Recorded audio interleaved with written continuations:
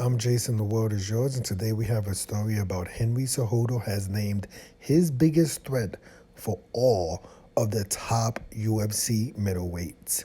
Henry Cejudo has named the fighter who he thinks can give the entire middleweight division some trouble. Cejudo can often be found on social media breaking down fighters and giving his predictions.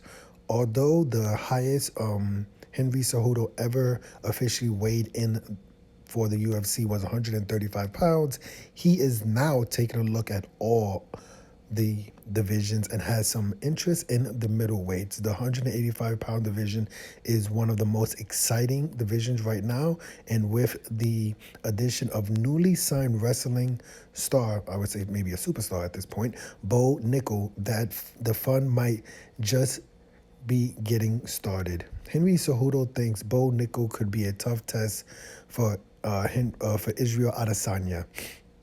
Before turning to MMA, Henry Cejudo was one of the top wrestlers in the world. Literally, he won a gold medal in the 2008 Summer Olympics in freestyle wrestling. Wow. He might be a bit biased, of course, when it comes to rooting for a fellow wrestler, but Cejudo sees some promise in Bo Nickel and thinks he can give the best fighters in the division a run for the money. This is a quote from Henry Cejudo, says, quote, "There's going to be a time when Israel Adesanya, the current undisputed middleweight UFC champion, is going to bump into a Hazmat Chimaev, or he's going to bump into a guy like Bo Nickel. Then that's it. That's all she wrote." He says on his YouTube channel, Bo Nickel, even though he's only 3-0, he's going to be the biggest threat for all of these guys because of his top control. It's not just his wrestling, it's his folk style wrestling, American wrestling, where his top control is ridiculous. It's second to none.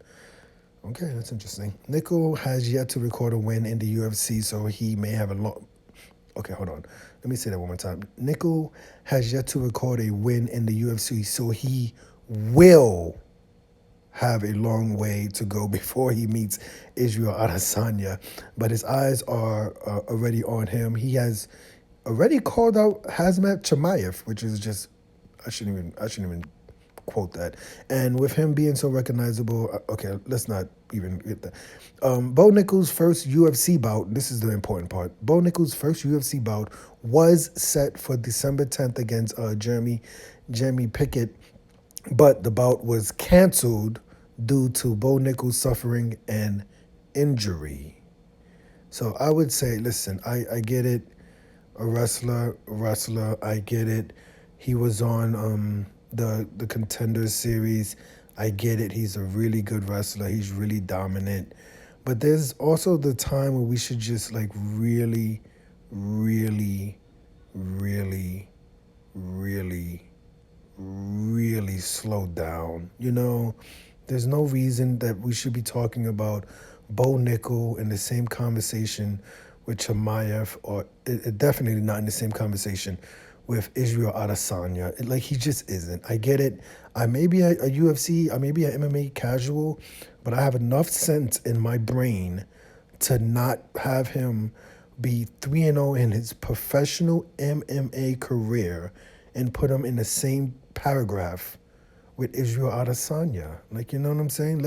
He has years, right? It's not going to be next year, and it probably won't even be the year unless he goes 4-0 next year. Then we could talk about that. But he has to take step one before we even consider. And when I say he, Bo Nickel has to take step one before we even even have a conversation with him and Hamzat Chimaev or Israel Adesanya. Bo Nickel's good. Obviously not taking anything away from him. He may have the best top control in the world. That's all cool and good. But listen, this is MMA, right? You can have top control, but the fight starts standing up. And if he faces someone who puts hands on his chin and he goes down, that top control thing isn't going to really be working out too well for him. The middleweight division is filled with really, really strong strikers, right?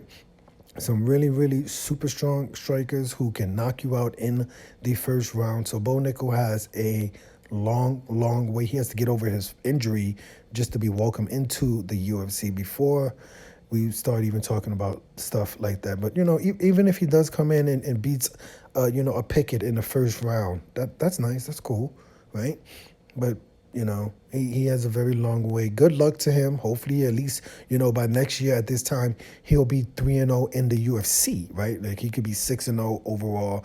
But once he's 3-0 in the UFC, that's when we could start like, hey, he's climbing up the rankings. Maybe, the year after next year, which 2024, then we talk about a Chimaev. Then we could,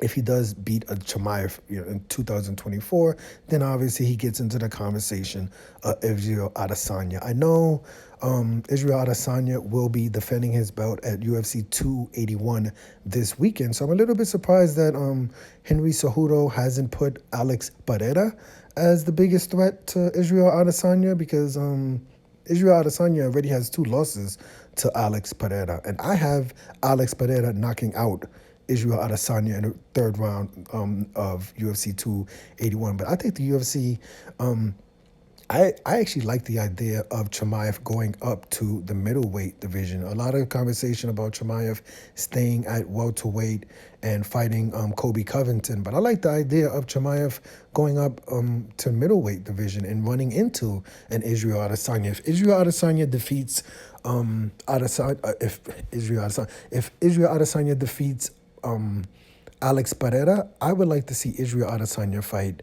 Chimaev next. I think that would be the best. Chimaev missed weight at 170 pounds versus Nate Diaz, so I don't think we should force him to go down to 170 pounds again to fight Kobe Covington, even though that would be a main event and that would be basically the winner of that would get a title shot. I still like the idea of Chimaev, especially if Israel Adesanya wins, going up to middleweight and fighting Israel Adesanya. But we'll see about the Bo Nickel guy, and like I said, hopefully next year at this time, we could be saying that he's 6-0 in MMA and 3-0 in the UFC. If he's 3-0 in the UFC, that's when I will give him, in the same paragraph as a Chimaev. And then, the paragraph after that will be an Israel Adesanya middleweight championship fight. But for someone 3-0, I know we want to hype him up, and God bless him. I hope he does go 6-0, 9-0, whatever. But at this moment, I'm not going to put him in the idea of being the biggest threat. Bo Nickel, in my opinion, in my MMA casual opinion, is not the biggest threat to Israel Adesanya at this moment. What is today? November 5th, 2022. So you can quote me on that. I do not think Bo Nickel, at this point, right, 3-0 is the biggest threat to Israel Adesanya. But Henry Cejudo, not naming Alex Pereira, and he did give his flowers to Hazmat Chimaev, but he says that Bo Nickel is the biggest threat. Let me know your opinion of this story. Who do you think is the biggest threat in the middleweight division? Do you think it's Alex Pereira? Do you think it's Chimaev? Or do you think it's Bo Nickel? Or is there someone else? Is there someone else you see in the middleweight division that is a bigger threat and can beat Israel Adesanya, Alex Pereira, Hazmat Chimaev, and Bo Nickel? Let me know who do you think could win, who is the biggest threat. Henry Cejudo thinks it's Bo Nickel, but I'm Jason, the world is yours. Today we had a story about Henry Cejudo names Bo Nickel as the biggest threat for all of the top UFC middleweights. Thank you for watching.